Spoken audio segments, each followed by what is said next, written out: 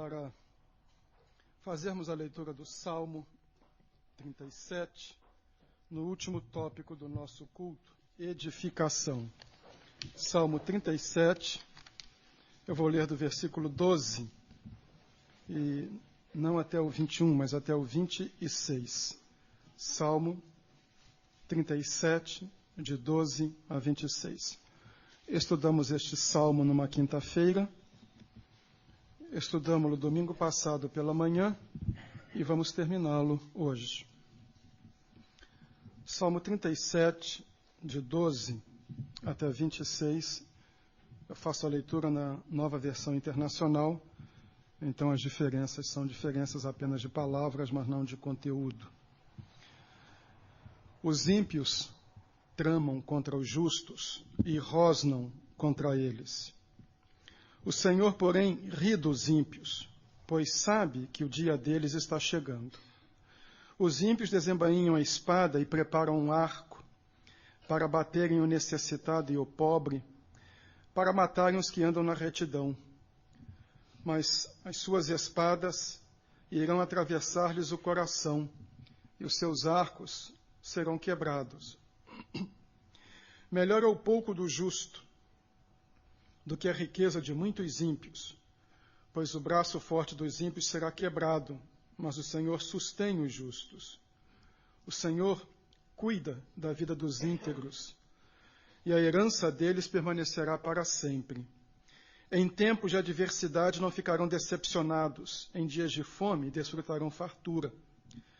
Mas os ímpios perecerão, os inimigos do Senhor murcharão como a beleza dos campos, desvanecerão como fumaça. Os ímpios tomam emprestados e não devolvem, mas os justos dão com generosidade. Aqueles que o Senhor abençoa receberão a terra por herança, mas os que ele amaldiçoa serão eliminados. O Senhor firma os passos de um homem quando a conduta deste o agrada. Ainda que tropece, não cairá, pois o Senhor o toma pela mão. Já fui moço, e agora sou velho, mas nunca vi o justo desamparado, nem seus filhos mendigando o pão. Ele é sempre generoso e empresta com boa vontade. Seus filhos serão abençoados. Queiram sentar-se, por favor.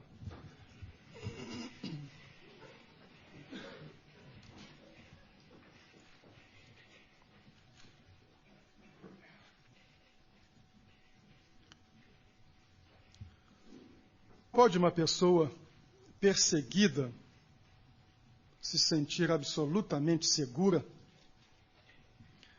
Pode uma pessoa que não tem nada dizer que tem tudo?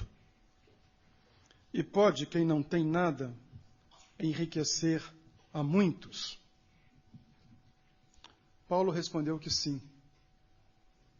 Dois textos de Paulo que vão depois nos devolver para o salmo que foi lido. O primeiro texto está em 2 aos Coríntios, capítulo 4, versículo 9.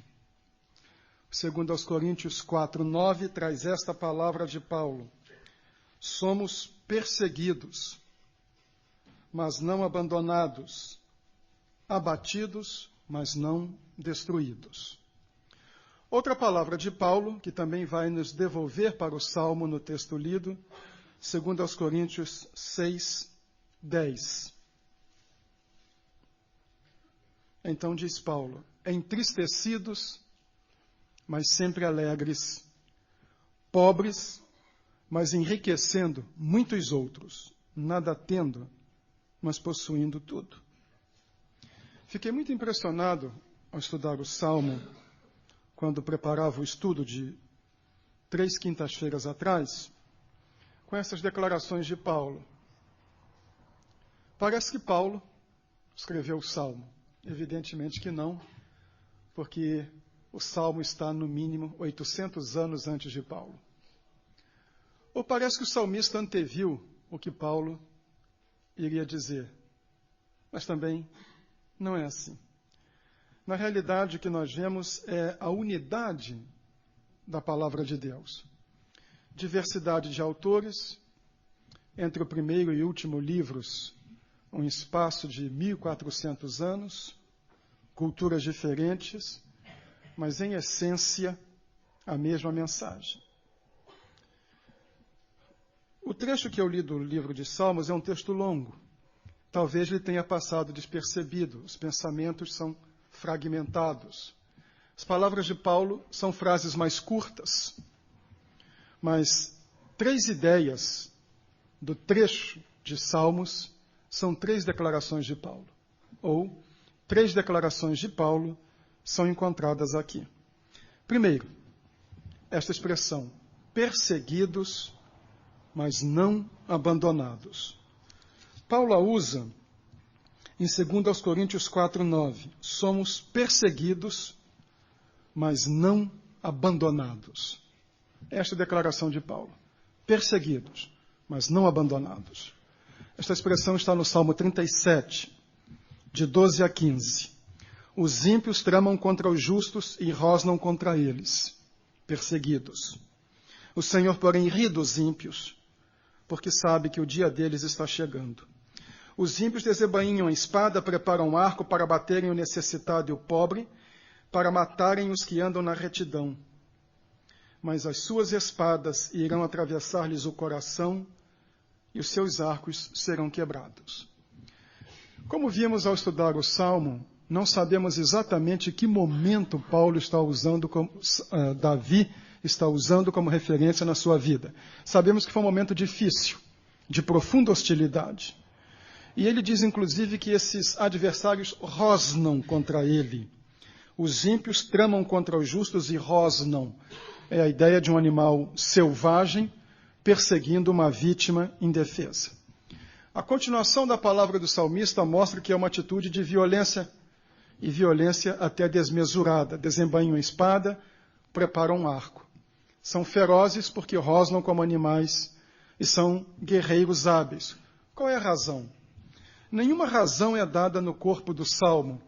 A única que se pode entender, simplesmente, o ódio puro. A mesma sensação de Paulo. Que mal fazia Paulo? Pregava o Evangelho. Mas isso desencadeava de um grupo um ódio muito grande contra a sua pessoa. Hoje pela manhã em casa estava repassando a mensagem, estava me lembrando disto. Nós temos transformado o Evangelho numa mensagem tão racionalista,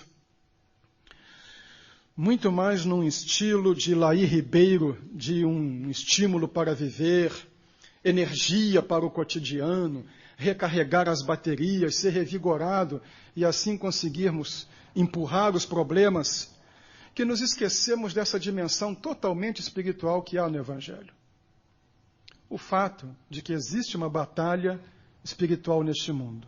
Sobre batalha espiritual, muita trivialidade, para não dizer bobagem, tem sido dita. Mas o fato é que a Bíblia nos ensina que há um conflito entre o bem e o mal.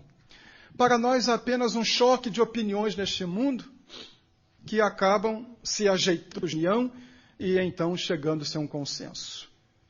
Mas sabemos na experiência nossa que muitas vezes uma pessoa enfrenta a dureza do mundo e hostilidade sem motivo nenhum, simplesmente por causa da sua fé.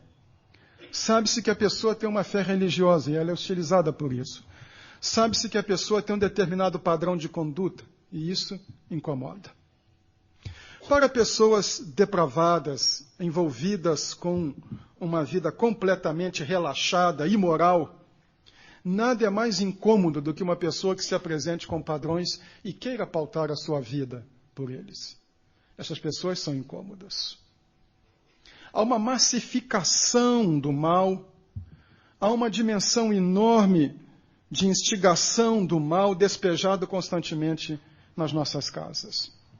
Parece discurso de velho reacionário, mas, por favor, um pouco de raciocínio. O que veio na televisão? O que veio nas novelas? O que veio nos programas de auditório? Lixo sendo despejado constantemente em nossa casa. Banalidade, trivialidade, as coisas mais irrelevantes do mundo mostradas como se fossem as coisas mais profundas da face da terra. Estávamos tentando assistir televisão, Me desculpem os que se plantam o dia inteiro diante da televisão, mas a pessoa que gosta e fica plantada diante da televisão realmente tem poucas exigências intelectuais, viu? É bem limitadinha. Estava tentando assistir um programa e tem lá nada contra os gordos, mas um gordalhão que começou clamando contra as injustiças sociais, gritando lá como da Atena, parecendo um cachorro atropelado, e hoje fica lá brincando com um carrinho e levando artistas para dizerem baboseiras, e um programa só de piadas, cada uma mais vulgar, mais chula do que a outra. E o que é pior, cada uma mais sem graça que a outra. E aquela risaiada fazendo uma força para rir. Eu disse, mas é isso aí? São estas coisas com as quais nós nos intoxicamos. Este é um mundo que apresenta um padrão leviano, banal e medíocre, de maneira que só uma pessoa, como eu disse, sem nenhuma exigência intelectual, se sente atraído por ele. Mas é um mundo que, subrepticiamente, vai nos instilando determinados padrões de convivência, que nós julgamos natural. Então, aquilo que sempre foi visto com repulsa por pessoas sadias no passado, hoje é visto como natural, como legítimo e dado como acertado. Quem se posiciona contra é perseguido. Rosnam, desembainham a espada, preparam um arco. Qual é o motivo? Não há motivo. A mediocridade sempre se ressente de quem deseja ser alguma coisa. A luz não é muito bem aceita por trevas, porque no dizer de João, a luz expulsa as trevas. E muitas vezes uma pessoa é hostilizada no mundo exatamente por sua fé, por seus valores morais, por seus valores espirituais. Esta pregação que nós vemos hoje em televisão identifica um cristão pelo sucesso. Ser cristão hoje é ser rico. Ser cristão hoje é triunfar. Ser cristão hoje é tripudiar sobre o adversário, saquear as riquezas dos ímpios. É nascer para vencer. O Novo Testamento identifica um cristão pela sua fidelidade a Deus, pela sua lealdade às Escrituras, pela assimilação de determinados padrões que ele sabe que são os padrões de Deus para este mundo. Pela fidelidade que muitas vezes traz ódio. E pode-se ser perseguido por pessoas, mas nunca desamparado por Deus. Perseguidos, mas não abandonados. E aí eu me lembro de Isaías 49, versículos 15 e 16. Haverá mãe que possa esquecer seu bebê, que ainda mama, e não ter compaixão do filho que gerou? Embora ela possa esquecê-lo, eu não me esquecerei de você. Veja, eu gravei você nas palmas das minhas mãos. Eu gravei você nas palmas das minhas mãos. Perseguidos pelo mundo, amparado por Deus. Se você enfrenta hostilidade por sua fé, por seus padrões, por seu caráter, mantenha-se neles. Um dos nossos maiores problemas é a busca de aplauso e popularidade, e não a busca de lealdade, e não a busca de conformação às Escrituras, não a busca da descoberta da vontade de Deus para a nossa vida. Esta foi a primeira expressão, perseguidos, mas não abandonados. Vem a segunda, nada tendo, mas possuindo tudo. Segundo aos Coríntios 6:10, entristecidos, mas sempre alegres. Pobres, mas enriquecendo muitos outros. Nada tendo, mas possuindo tudo. Esta expressão de Paulo. Nada tendo, mas possuindo tudo. Encontramos isto no Salmo, de 16 a 20. Melhor é o pouco do justo do que a riqueza de muitos ímpios. O braço forte dos ímpios será quebrado, mas o Senhor sustém os justos. O Senhor cuida da vida dos íntegros, e a herança deles permanecerá para sempre. Em tempos de adversidade, não ficarão decepcionados. Em dias de fome, desfrutarão fartura, mas os ímpios perecerão. Os inimigos do Senhor murcharão como a beleza dos campos, desvanecerão como fumaça. E no versículo 23, o Senhor firma os passos de um homem quando a conduta deste o agrada. Prestemos atenção nos versículos 16 e 17. Melhor é o pouco do justo do que a riqueza de muitos ímpios. Parece que não. O negócio é ter. Nós somos uma sociedade que quantifica. Valorizamos as pessoas que têm. Julgamos uma pessoa pelo carro, pela casa, pela aparência. Julgamos a pessoa pelos cartões de crédito, pelo acúmulo de bens materiais. Na nossa sociedade, ter vale mais do que ser. Coisas valem mais do que caráter, mais que honra, mais que dignidade, mais que brio, mais que vergonha. E a Bíblia ensina que caráter está acima de tudo. Que honra pessoal e dignidade valem muito mais do que dinheiro e do que bens. É triste, é trágico, é deplorável que até mesmo muito da pregação evangélica contemporânea só fale de dinheiro, de riqueza, de bênçãos materiais e não fale de caráter. Não fale de decência, de dignidade.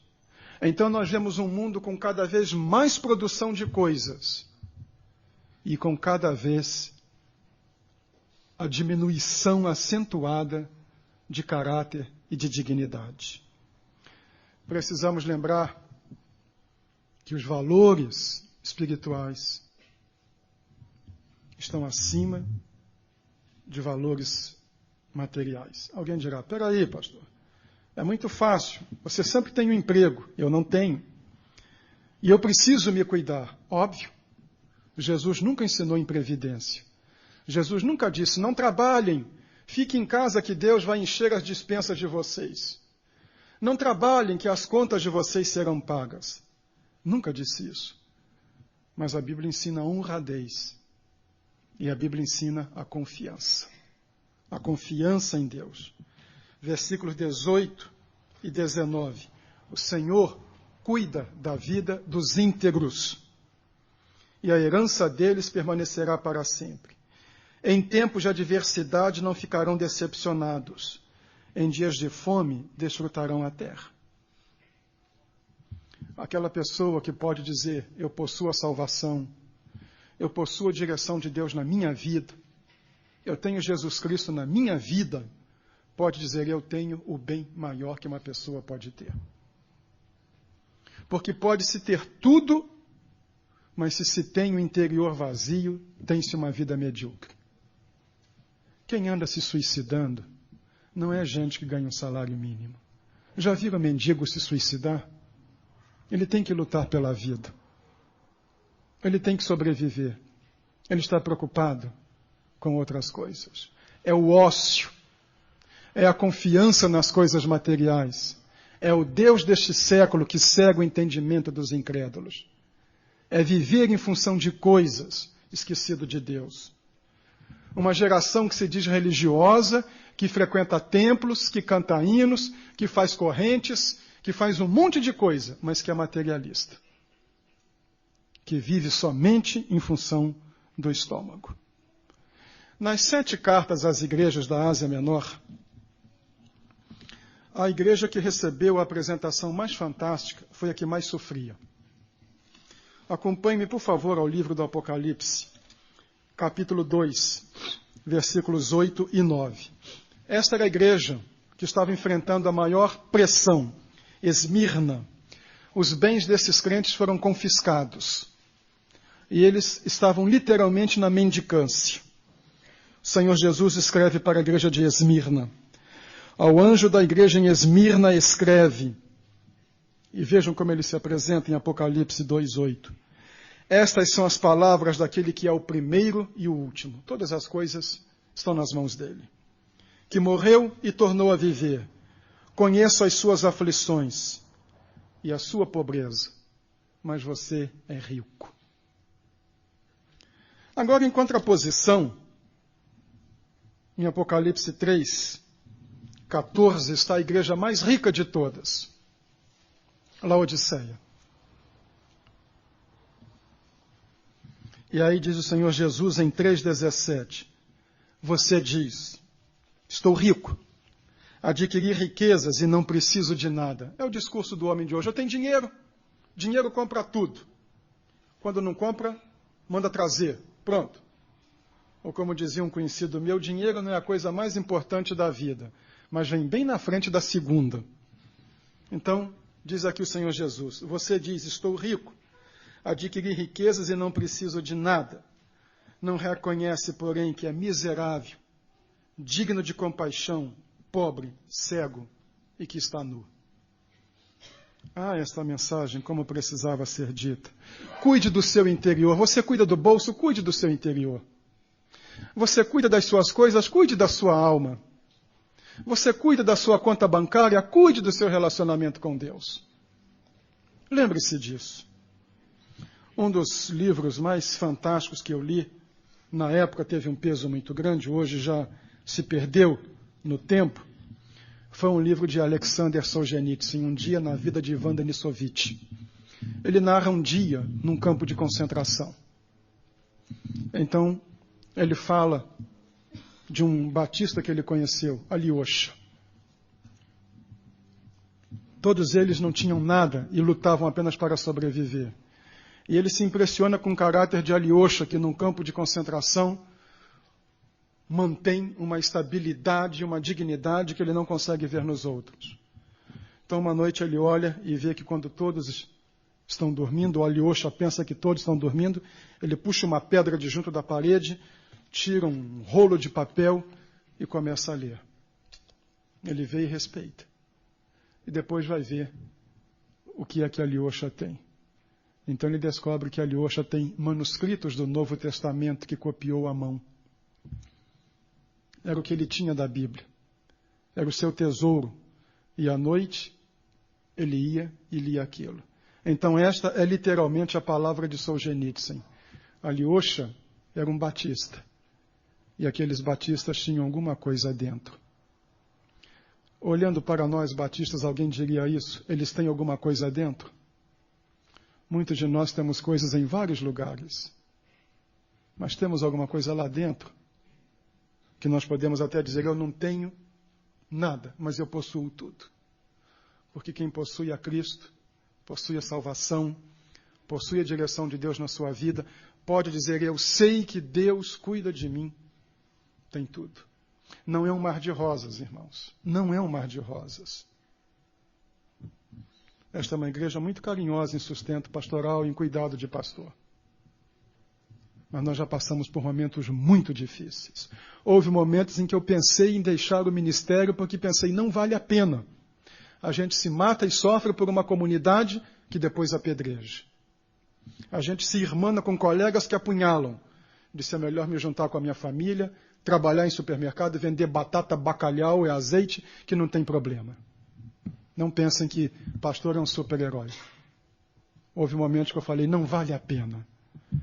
Mas quando se tem lá dentro, por mais pálida que seja, mas lá dentro existe a presença do Espírito Santo de Deus e nós não abafamos, nós podemos dizer isso, nada tendo, mas possuindo tudo. O Senhor firma os passos de um homem quando a conduta deste o agrada. Perseguidos, mas não abandonados, nada tendo, mas possuindo tudo. E a terceira expressão de Paulo, que achamos também no Salmo, nada tendo, mas enriquecendo a muitos. Voltemos a 2 Coríntios 6, 10. 2 Coríntios 6, 10. Entristecidos, mas sempre alegres, pobres, mas enriquecendo muitos outros. Agora vamos ver onde se está no Salmo, Salmo 37, 21 e 22. Os ímpios tomam emprestado e não devolvem, mas os justos dão com generosidade. Aqueles que o Senhor abençoa receberão a terra por herança, mas os que ele amaldiçoa serão eliminados. Versículo 26, ao falar do justo. Ele é sempre generoso e empresta com boa vontade. Seus filhos serão abençoados. a gente que é tão mesquinha. Preciso guardar para os meus filhos, preciso guardar para os meus netos, preciso juntar para a velhice. Pensamos como formiga. Vamos guardar bastante coisa para quando vier o inverno. E o salmista diz que o justo é sempre generoso, empresta com boa vontade e os seus filhos serão abençoados. A maior bênção não é a que nós deixamos para o nosso filho, é a que Deus deixa para os nossos filhos. Não é a bênção que nós podemos legar por ajuntar coisas, mas é a bênção que nós podemos deixar porque não obstaculamos a ação de Deus na nossa vida e na vida da nossa família. Já viram esses programas de televisão, quando a Sena e Mega Sena está acumulado? Eu não sei como é, o que é Sena, o que é Mega Sena, mas quando está acumulado, aí aparecem as entrevistas. Há duas linhas que se repetem. Primeiro, este é o sonho de todo brasileiro, ganhar e parar de trabalhar. Incrível isso, né? Parece que o trabalho é uma maldição. Todo mundo quer parar de trabalhar. E segundo, todo mundo diz que se ganhar vai ajudar os outros. O brasileiro é tão bonzinho, né? Alguém ganha e ninguém é ajudado, porque o resto do país está na pindaíba. É igual essas correntes de prosperidade que a gente vê, está sempre aquela patuleia em dificuldade, mas anunciando que todo mundo prospera. Mas a Mega Sena mostra isso. Todo mundo quer ganhar e parar de trabalhar. E o outro, ajudar. Quando eu tiver, eu vou ajudar. Ô povo bonzinho. Mas, gente, para ajudar, não precisa ter muito. Você quer ajudar? Ajude com pouco. Podemos ajudar com palavras. Podemos ajudar com apoios. Com apoio. Eu contei essa experiência no encontro de pastores para os quais eu falei. 19 anos atrás, minha esposa e eu passamos por uma crise muito grande, não no casamento, mas no ministério. Então eu decidi que ia deixar o ministério. Não preciso disso para viver. E aí havia um pastor no Rio. Hoje ele está no Equador, é nosso missionário. Pastoreando uma igreja com mais de 1.000 membros, e a igreja realizando uma série de conferências. Trabalhos a semana toda. Sexta-feira à noite, então, ele saiu do Rio. Tomou um ônibus até a rodoviária, tomou um ônibus até a minha casa, tomou um táxi, quer dizer, um ônibus até São Paulo, um táxi até a minha casa, e foi à minha casa. Passou 15 minutos comigo, tomou um cafezinho, orou comigo, chorou comigo e voltou para casa. Acho que foi o café mais caro que ele tomou na vida dele. Mas o fato de saber que lá no Rio havia um colega que estava solidário, que orava e chorava comigo, aquilo foi uma medalha no peito. Meus irmãos, nós temos tanta gente aqui na igreja com problema e fugimos deles. Nós temos tantos irmãos carentes aqui na igreja, dizendo, se eu tivesse, eu ajudaria. Mas é se eu tivesse, eu ajudaria, ou eu não tenho porque eu não ajudo? Porque estas são palavras de Jesus. Quem é fiel no pouco, será fiel no muito. Quem é infiel no pouco, será infiel no muito. Ou seja, não é o volume de coisas que nos leva a ajudar, é quem nós somos. Podemos enriquecer muita gente, mesmo não tendo muito, com o testemunho, com calor humano. E o salmista diz aqui sobre o justo, ele é sempre generoso, empresta com boa vontade. E no versículo 21, os justos dão com generosidade, sem mesquinhez. Este é o paradoxo do Evangelho. Quem dá, tem. Quem não dá, não tem.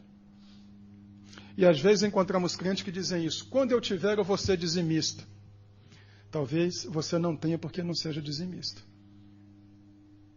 Porque o que Deus diz é para você ser fiel que Ele abençoa. Não é assim. Quando eu abençoar, então seja fiel. Não é isso que Deus diz. Seja fiel e eu abençoarei. Ah, se eu tivesse mais para investir na obra, você já tem. Tem a sua vida, a sua voz, o seu testemunho e tem os seus recursos. Perseguidos, mas não abandonados. Nada tendo, mas possuindo tudo. Nada tendo, mas enriquecendo a muitos.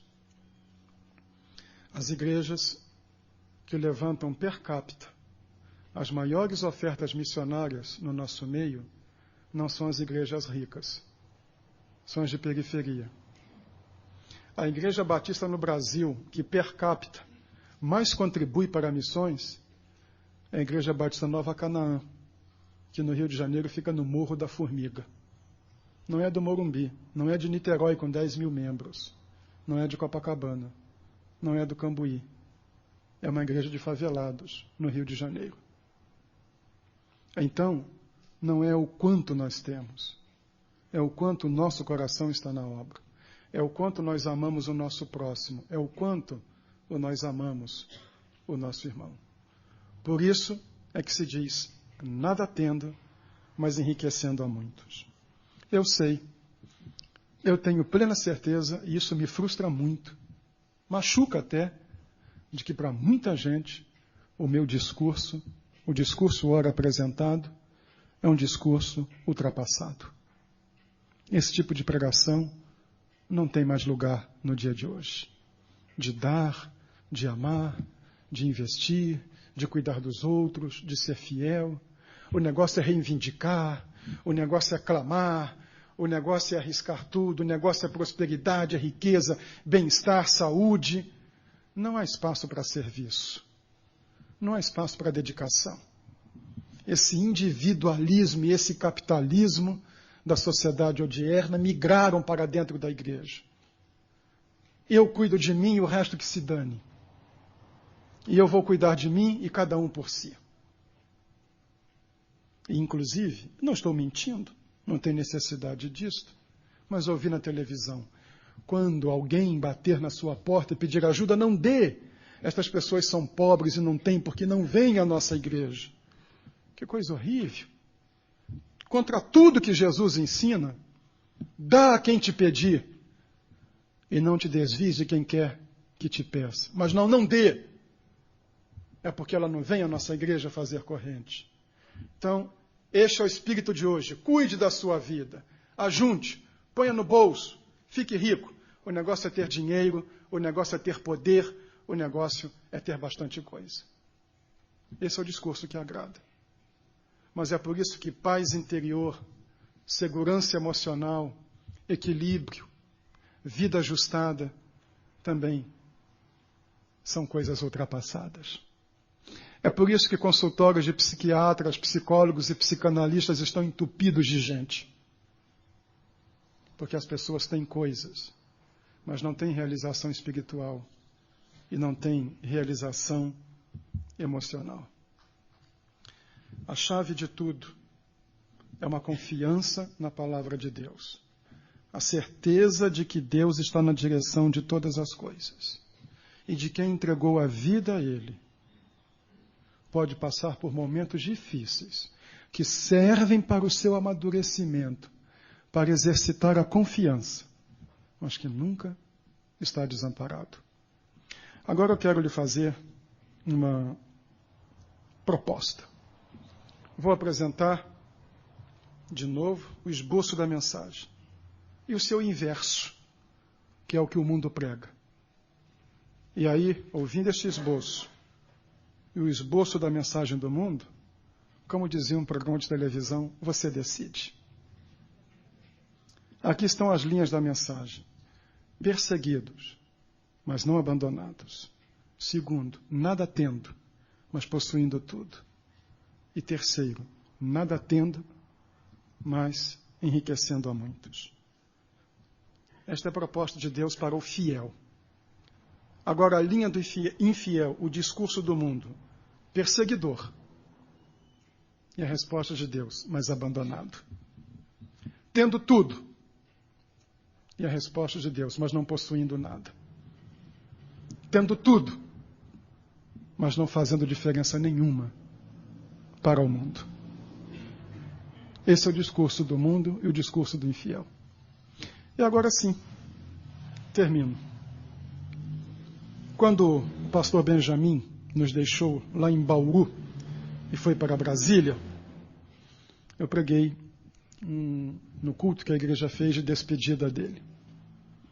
E fiz um contraste entre Georão e Tabita.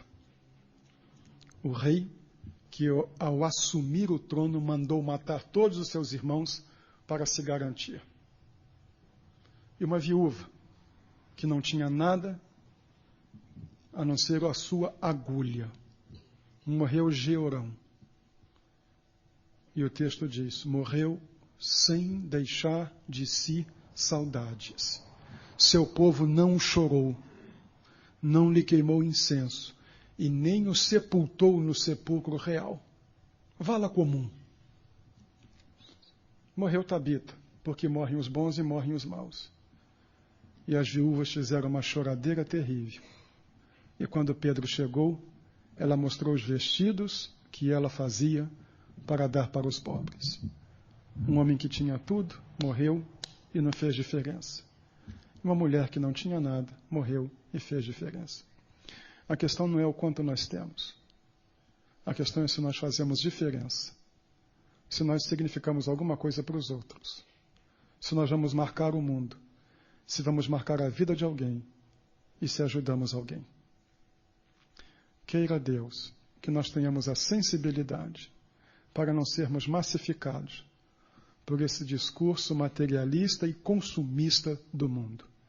Este discurso espiritual que torna as pessoas mesquinhas e voltadas para dentro de si, mas que nos abramos para a palavra de Deus e entendamos o valor da confiança em Deus, do cultivo de um caráter cristão que privilegia a honra, a dignidade e a decência, e um coração aberto para sermos uma bênção para a igreja, para os irmãos e para o mundo.